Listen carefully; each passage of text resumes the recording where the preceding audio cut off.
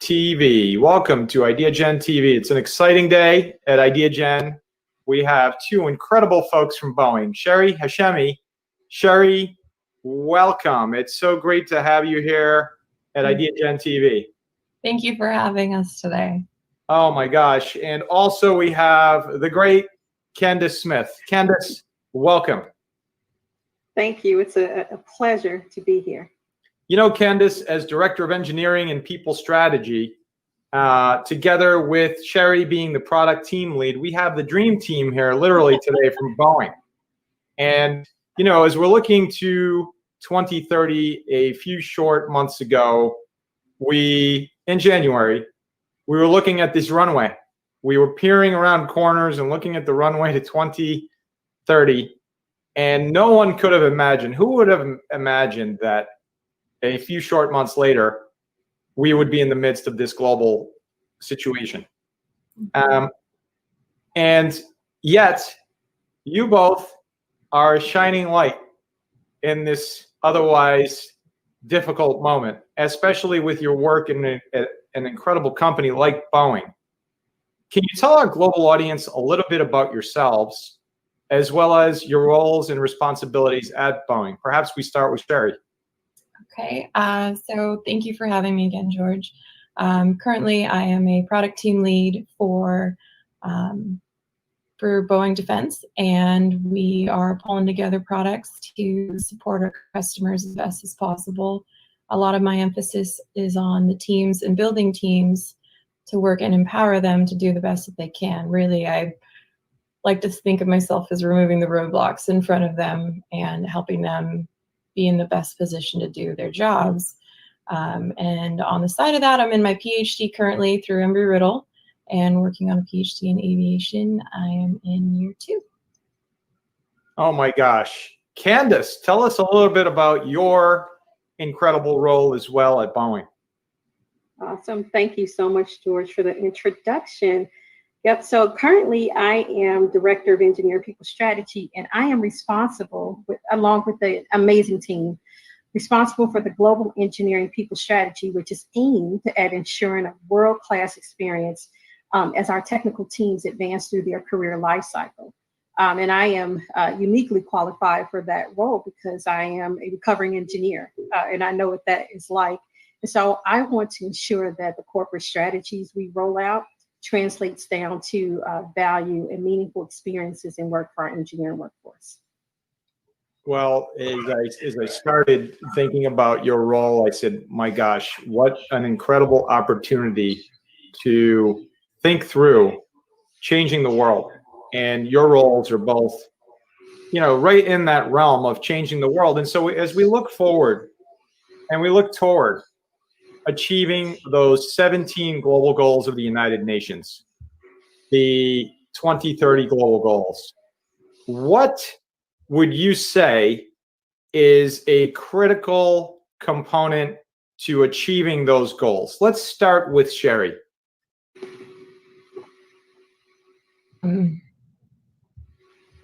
Critical element to working to achieve the 17 Sustainable Development Goals. I think it all starts with the people. I think it comes with a common bond, common purpose, and just having an open mindset that, you know, we don't have the answers individually, but if we can work together, we can come and we can solve it. We can solve any of them. We can solve them in a collaborative effort that helps get the job done. Oh my gosh. Well, collaboration, critical. And Candace, what do you see as that critical element to helping us achieve these goals by 2030? You know, George, Sherry hit it. It's collaboration. And I think it's collaboration with purpose, right? Many have passion around a number of the 17 goals, or maybe one, but let's take that passion, solve one problem, and then let's collectively collaborate, take that passion, compound it, take those skills and talent, and let's solve the next thing and the next thing. And I'm not suggesting we do it in series or, you know, anything like that. It's just a matter of collaborating with intent and momentum, and I think collaborating with intent, momentum, and consistency to just get it done. Yeah. And, as we look at this, we think through the journey and where you've arrived today. And I'd like to ask both of you, what are some of the barriers that you've overcome, and how do you define barriers? Let's start with Candace. Thank you, George, for that question. That's an important question I've been contemplating lately, actually. I would define barriers as any ideal process, person, or decision that attempts to prevent me or any of us from achieving goals, right? I don't contend that people have to support me if that's their choice. They don't have to. However, they are responsible for the outcomes they face in terms of standing in my way. I can speak to this boldly because, I'm mature in my journey and in my life, and I've had enough experiences to kind of look back on my life in awe, not with any regret. But I can say that I can only identify those barriers because I can look back. Many of those barriers were, simply out of my control, definitely not self-created, not of my own making. I went to an excellent high school, but if you compare, I kind of squandered an opportunity that could have afforded me to be, prepared to face my future. I went to engineering school because a teacher made me believe that I could and that I should. I had no idea what I was in for. Nobody gave me a checklist and said, all right, Candace, here's what you'll face as you seek to become an engineer. Nobody said you can't because you're a girl, or you can't because you're Black, or you can't because you performed as an average student, or you can't because you're poor. You can't because you're the first. You can't because so many think you can't.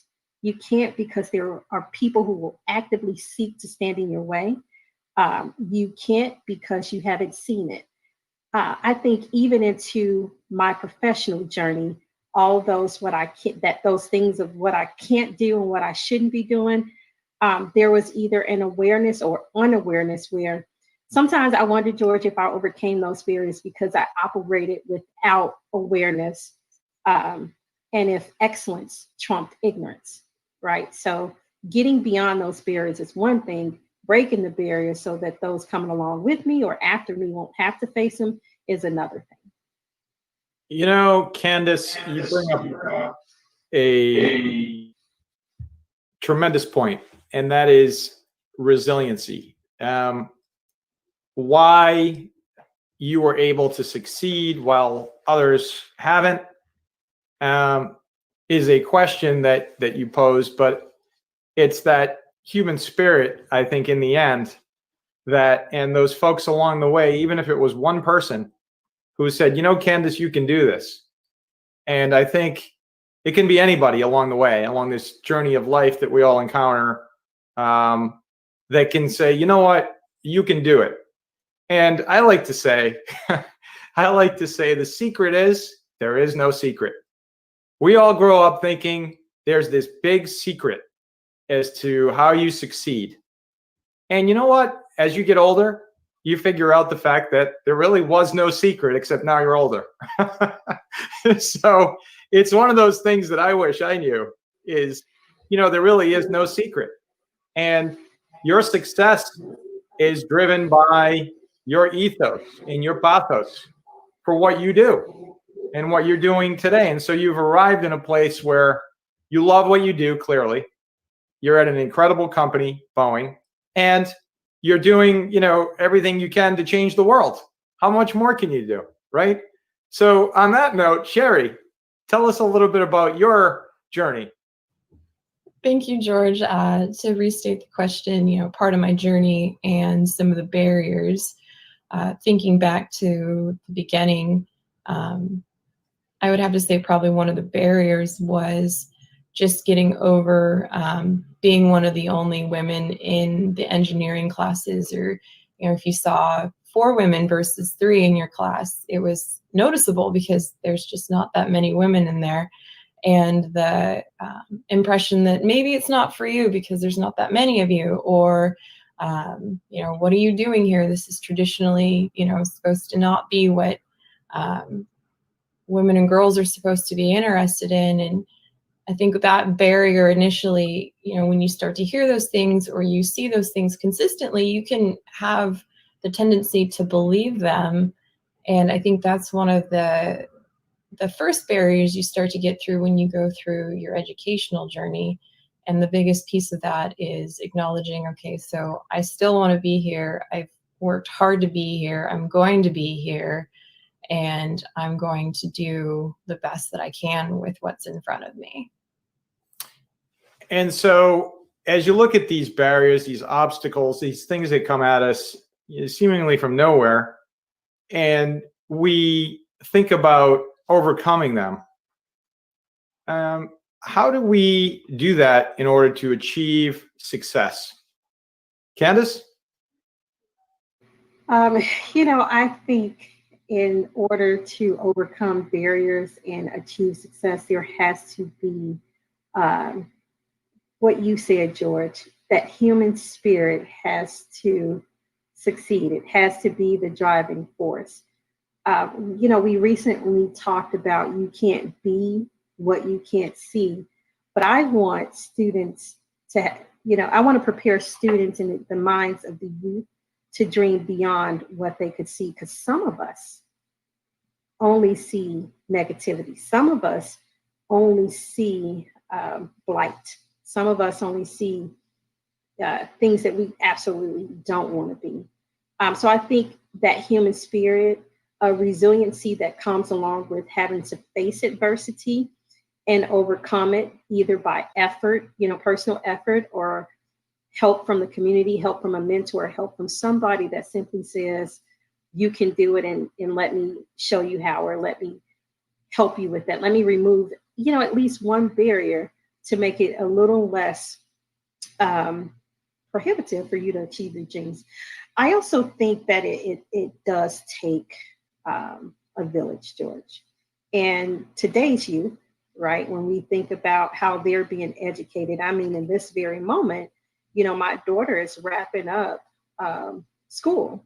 It was an extended project. It's late Central Time, but she's wrapping up, right? So her education is going to be a lot different than the education that I received. So how do I help her not get bogged down by the awareness of barriers, or awareness of difference, or awareness of difficulties, so that she's not distracted by what's hard to achieve and what's keeping her from it. And she has a mindset of, I can do this, I can do whatever I put my heart to, I can do what I ask for help on, So I think that is something that as a student and as adults, we could all learn, as we are facing challenges. How do we seek that help, those partnerships, those resources? How do we change the heart and minds of those who, just want to stand in the way? And how do we work together to achieve the success that these 17 goals say that we can? Well, Candace, the notion of you can't be what you can't see has come up a lot. We've heard it a lot lately. But what I have not heard in the way you articulated it, and it's powerful, is you have to be able to see beyond what is maybe immediately in front of you, or peer around the corners, as I like to say, because the ability to just see, you're right. Some folks in certain situations see what they see, and it may be negative, it may be positive, whatever it may be, but being able to envision something beyond that reality, whether it's good or not so good, I think is also really important, because that's where the change takes place. Imagining, reimagining, being able to think through what is possible based on what you see. And I think what you're describing is absolutely profound. And I'd like to pose that same question back to Sherry. Being able to see beyond that horizon, being able to see around those corners, how important is that, Sherry? I think it's critical for those around to help, you might not be in the position to see around that corner. And to build off of what Candace was saying about community and mentorship, to achieve that success, you don't have to be completely around the corner to be able to help the person who's just right behind you.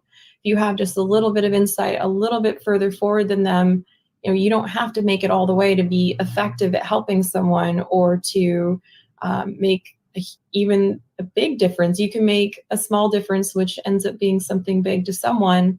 So I think just being out there to help is a really big piece of that, and reaching out to the community and those around you and those who've come before you who might be on different phases of that journey. I think that's really critical to helping those be successful, because you can't see it, or you don't know to see it, or you're not sure what you should be seeing, or you're still trying to form it and figure it out for yourself.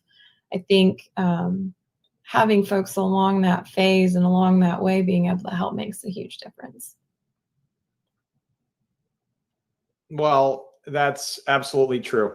And as we think this through, I'd like to turn to Candace. Candace, tell us a little bit more about the work you're doing to advance Goal 4, quality education, and why you see this as an absolute imperative. Hey, thank you, George. And I'm going to try to contain my passion here, because when I start talking about my heart's work, that is where I just get out of control and overjoyed with the art of the possible. And I am in a fortunate situation. The Boeing company has supported this passion 110%. Since my days as an early career engineer, I asked, hey, can I go back into the community and encourage other students? And the answer has been yes. And as I've journeyed on through my career, I've been really proud to see how Boeing has shaped pillars around supporting communities where our workforce, where we live and where we work. And so I am currently the board of an organization called Project Sincere. I'm currently the board chair of an organization called Project Sincere. And that board appointment came in collaboration with our Boeing Global Engagement Company. That appointment came in collaboration with our Boeing Global Engagement Organization. Project Sincere was born out of the heart of 3 Black men who learned the power of education and technology at an early age. And one founder is currently our executive director, Jason Coleman. And Project Sincere's mission is to prepare the minds of underrepresented students and create pathways for them to pursue careers in STEM.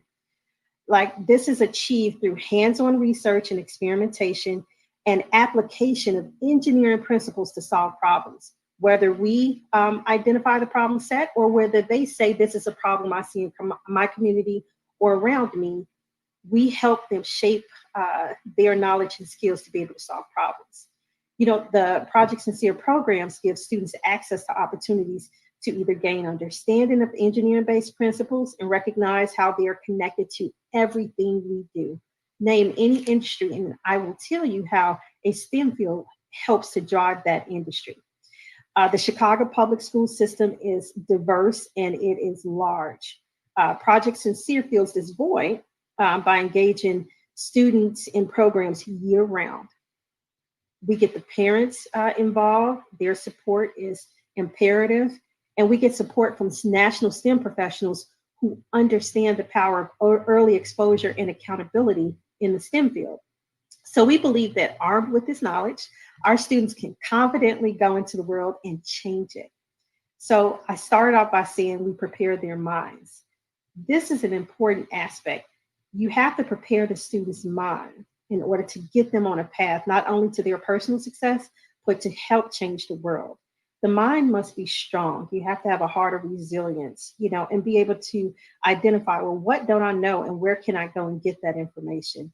And it takes preparing their minds, not just giving them the academics to go do it. So we must educate the whole student and not just educate them on academic principles without showing how it's all connected. So that's why I get excited about this work. We are finally changing the narrative, or at least narrating the benefits of STEM in ways that are truly impactful in our lives versus, methodologies and foundations of principles that we traditionally couldn't touch or couldn't tangibly understand. We are taking them from knowledge to application to problem solving in ways that they can directly identify with. I'm just really excited about the work of Project Sincere. Well, Candace, you just described that whole pathos thing, the pathos thing, which is the passion for doing what you love and where your heart is, like you described. And I think Project Sincere, how can our global audience find out more? I don't want to forgo this at the end. So I want to make sure we right now tell the global audience, how do they find out more about Project Sincere? Absolutely. You can find Project Sincere on the web, and Sincere is spelled Syncere. So that's, Project Sincere, SYNCERE.com. Throw it in Google, and you can find out more about the organization. And we are looking to scale it. The model has been tried and true, and we're excited about the opportunity for greater impact. What's fantastic about that, what is fantastic about it, that is that when it works, when the model works, you don't have to recreate the wheel. So whenever there's a program or project or, issue that has come forth that has a solution, in this case, Project Sincere is a solution. And it's a project and a program that you are board chair of, Candace, and we can see your passion. It's incredible. It's really contagious, actually. And I'd like to go a bit further with you on this question of Project Sincere and quality education and ask you what your thoughts are on goal number 4 of the United Nations Global Goals, which is quality education, and also goal 8, which is decent work and economic growth. And how do those two work together? Absolutely. I'm excited to talk through the intersection of those two. I also wanted to, just share that my early exposure to Project Sincere, I went to one of their showcases, and there was a young girl in 6th grade, and they were doing their engineering showcase where they took what they learned to solve a problem using hardware, software, all the tinker kind of things. And there was a young girl who developed, and it was very simple, but she was solving a problem in her home. Her grandmother, who was blind, they had moved into a smaller apartment, and her grandmother had a hard time navigating through that apartment. And she used engineering principles, STEM, sensors, sensor technology, how to code a way for her grandmother to have audible cues so that she knows if there's something in her way that might cause her harm, or, the location of the path to the kitchen. This is a while ago, but I remember being so impressed that she actually applied what she learned to solve a problem right in her home. She cared enough about her grandmother to want to solve a real issue that she was facing. And she saw the connection between what she was learning and what she could do with what she was learning. So, every time I just think about meeting that student, that is what roped me into Project Sincere. And now 4 years later, that young woman is pursuing her education in engineering, right? And she is going to go on to get a role in a company, or maybe start her own, that solves problems for her community and changes lives in her community.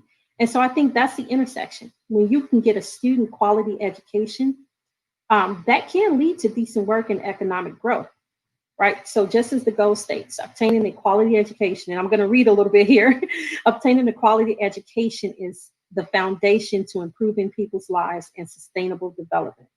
But that development must translate to dynamic opportunities where I think there's equity in that economical growth, where there's equity in the economic growth that can be attained, right? And so the goal states that the sustainable economic growth will require societies to create the conditions that allow people to have quality jobs. So equipping youth with quality education can help shape their mindset beyond really what they can imagine is possible, going back to my earlier comment. And I think that education, yes, it equips, you with the information and knowledge needed to learn skills, apply and sharpen those skills, but also to participate in conversations where decisions are made or influence is wielded, right? So again, how can I join in on conversations if I have education exposure, minimum educational exposure, right? How can I show up in those moments where my perspective is needed and should be valued? And how can I be a meaningful contributor to those conversations that influence policy, that lead to decisions that affect people like me? And I think that's why the work of Project Sincere is so valuable. So students are not only exposed to these concepts at a young age, they get to experience it. They get to be hands-on, which sharpens their ability to learn, to ask questions. This sharpens their mind to prepare for what they're going to face as they go out and pursue work. Whether, again, it's a job with a corporation, or it's a job with a not-for-profit, or if they're trying to start something for themselves, the ability to adjust and seize opportunities or be in a position to create opportunities can help aid in the sustainment of progress. Education and economic growth go hand in hand. And I agree, that helps to improve the living standard for entire communities when you can educate, teach a student, a youth, a person how to learn, prepare them to pursue and attain work, prepare them to maintain that work and earn a living that they can then go back and contribute to the community where they either came from or where they live now. So I feel like I feel like sometimes we overcomplicate it, but a simple model is education equals a path to independence and the ability to learn and earn and contribute to our society. That's what I think.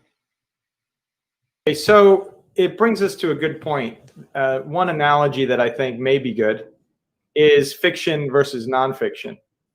Going to the reimagining. If we read a novel that is fiction, we can reimagine. We can go into another world, right? Harry Potter or whatever it may be.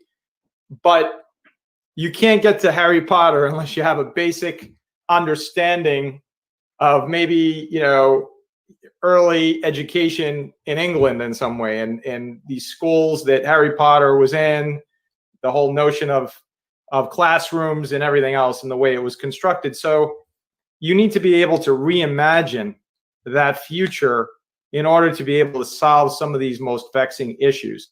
And I think therein lies what you're describing.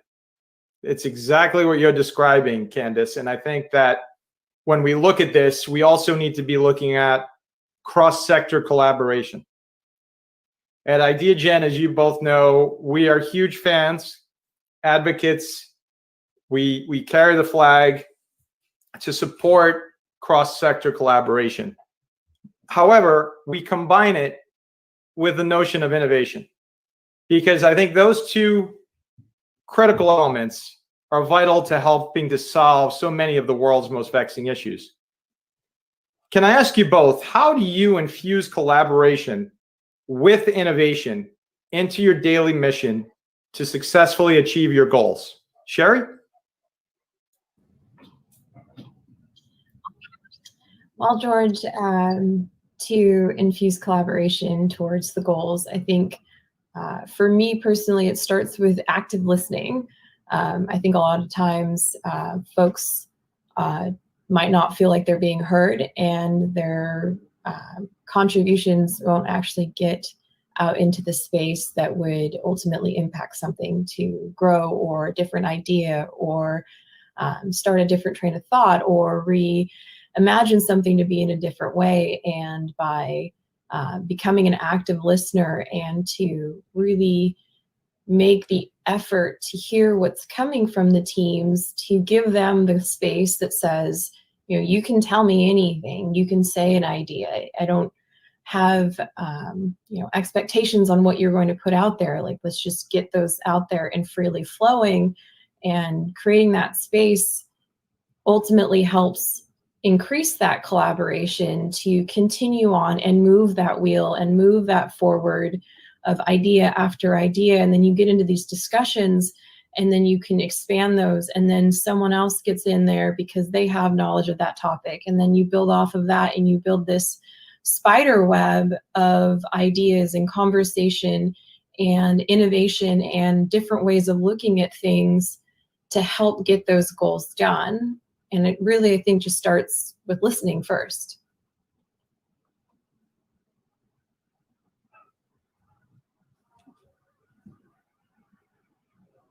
I love that. I love that. You need to start with listening first. And Sherry, what are your perspectives on cross-sector and bringing together the world's leading organizations to solve these issues through collaboration and innovation?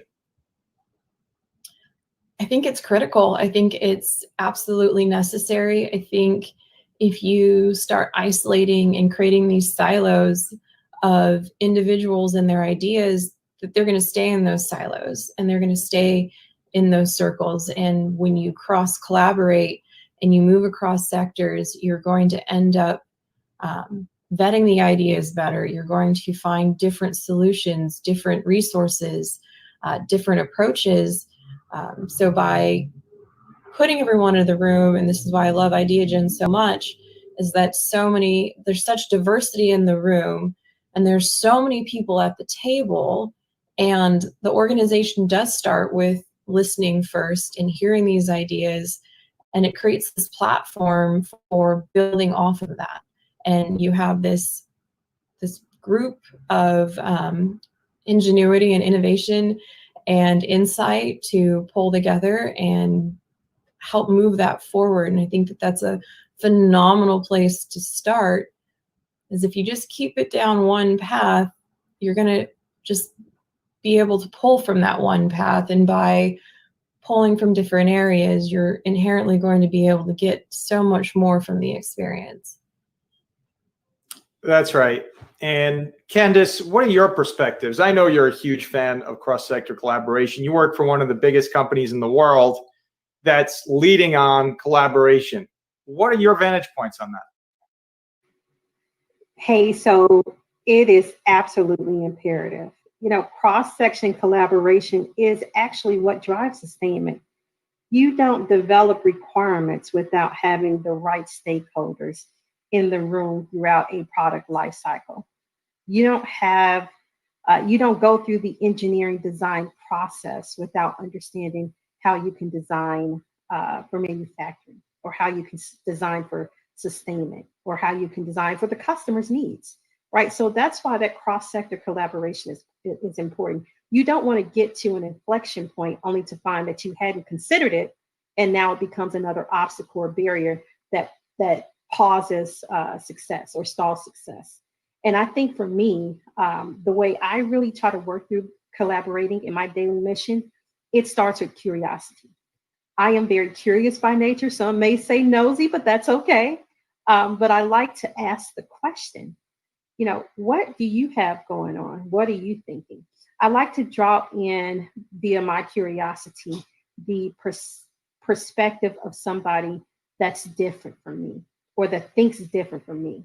I think inviting those who differ to participate in scoping the problem or scoping the opportunity and keeping them involved as we work towards solutions is what drives quality solutions, right?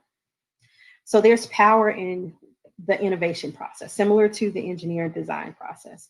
It requires collaboration, it requires resilience, it requires iteration. Nothing difficult that has been solved was solved by one person and one person alone. It really does take a team of people who understand what it means to be collaborators. And that doesn't mean that you're like-minded and, all talk and think and approach things alike. But it does require all who are similar in spirit or similar in heart to be able to listen, as Sherry said, to be curious, to be inviting, and then to get down to work to try it, fail or succeed, and keep going until you make it better, until you get to that optimum outcome. So I honestly think that, innovation can't be successful without collaboration. And you got to work through those challenges and barriers. And sometimes we are so close to that breakthrough that we're thwarted by this notion of this is good enough right before we realize the best solution or the best outcome. So curiosity, that's how I infuse collaboration in my daily mission. Curiosity, incredible. That's how you infuse collaboration into your daily mission, Candace. Remarkable. And so with everything that's been happening across the world today, what do you see as being one of the biggest inhibitors in reaching the 17 global goals of the United Nations by 2030? Candace? Where do I start? I would say the biggest is probably lack of unity in mission. There's divisive rhetoric that pits stranger against stranger, sister against sister, and human against human. But I think we really can overcome that barrier by taking that energy, that certainty that we are right, that passion, and applying it to a collective mission that seeks to serve the greater good. And I'll say that again, taking that passion, that energy, that certainty that we are right, the thing that I think I'm right about and only applies to me, taking that passion and applying it to a collective mission that seeks to serve the greater good. If we can come together around, unity mission, unity agenda, and not to say that anything is less important, but this is what we can solve right now. Let's do that, and then let's move on together to the next thing. And let's keep growing and moving on together and compounding our excellence to go solve the world's toughest problems. That's exactly right. And I think that unity of mission, that ability to, the positivity, the notion of we're all in this together, for the very first time, perhaps in human history, we have battled this global hidden enemy during this pandemic. And again, looking at it from January of 2020 to today, you see how much the world, at least for the time being, has changed. And what that's also done is it's shown a real gigantic spotlight on disparities, on inequalities, on all sorts of things that perhaps we didn't have a very clear line of sight into for a lot of folks across the world, not only in the United States, by the way.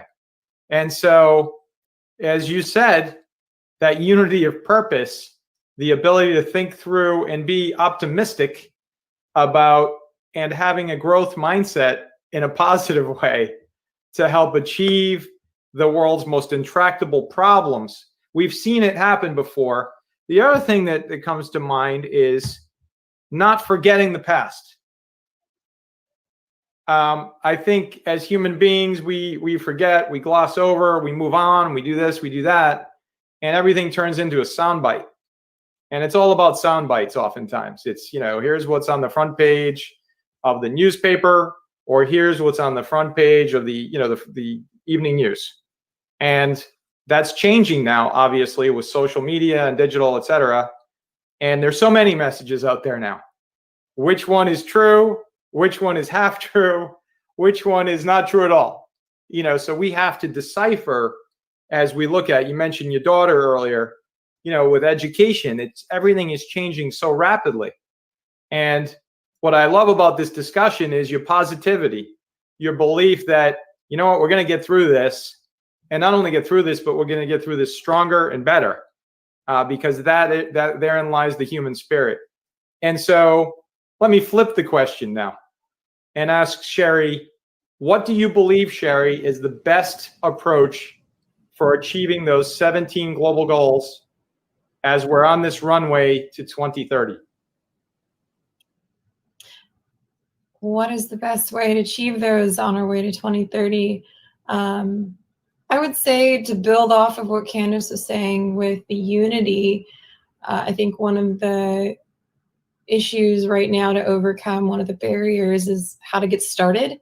And I think with the pandemic and so many limitations on how we get to operate or how we get to hold conversations or contribute, it can be daunting.